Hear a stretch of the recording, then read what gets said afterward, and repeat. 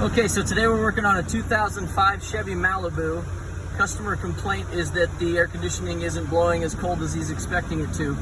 So the first thing we're doing right now is we've turned on the AC at full blast, and we got the doors open. We're trying to see if the temperature can get into the right range.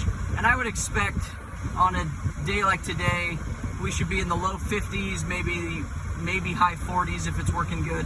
And I'm using my pyrometer here and I'm shining it back into the back of this center vent here, and we're getting only about 68. So definitely not blowing as cold as we're expecting it to. So let's go take a look at our pressure gauges and see if they're an indicator of anything for us.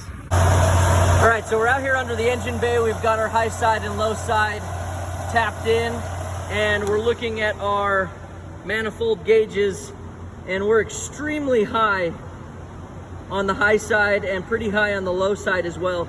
We're about 70 to 75 degrees ambient temperature right now. So we should be up in this range right here on the high side, maybe between 150 and 200. And our low side, we should be probably down here closer to the 30 range. And so seeing this high pressure, that could mean a couple different things. Either we got excessive refrigerant in the system, or our compressor's doing some weird things, or it could be that we're just not getting the airflow across the condenser that we're expecting. So let's go take a look at the fans, because that's one of the easiest things to look at first. And I'm peeking back here. I know it's not very easy to see on the camera. That fan is spinning. That fan is not spinning. So I think we found our problem here. When the AC's on, both of these fans should be on at high speed. Okay, so now we're gonna go after trying to figure out why this fan is not turning on. Okay, so one of the easiest things to test in this circuit here is the relay. This is fan 1 relay on this Malibu. It's supposed to go right here. This is fan 2 relay, and we already determined that this one's working. This is the one that's not. So we're gonna test this relay to figure out if it has anything to do with our problem. If anything, we could at least figure out if power is getting to the fans. But let's just start here and we'll kind of get a direction.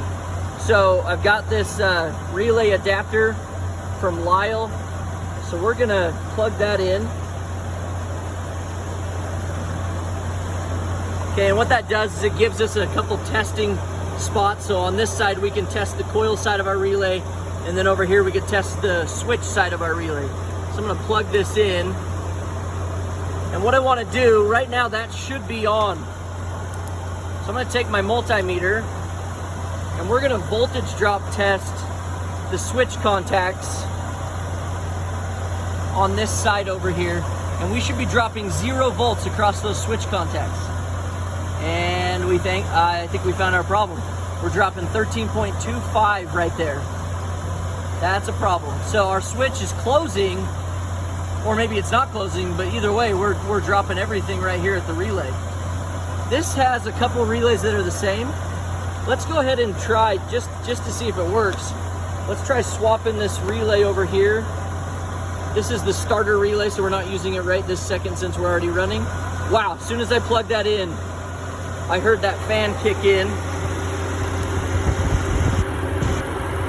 Yep, we're spinning now down there. Let's go back and look at our manifold gauges. Yep, as soon as that fan kicked on, our temperature, or our pressures are dropping back into the range that we're expecting it to. Let's go back inside the car and check what our temperatures are coming out of the vents.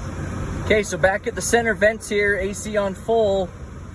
We're back in the range that I was expecting originally. Like I said, low 50s, high 40s maybe. It's still going down. Yep, I think we figured out the problem. Just an electrical issue with the relay. So we'll tell the customer to replace that cooling fan relay, and I think this car is ready to go.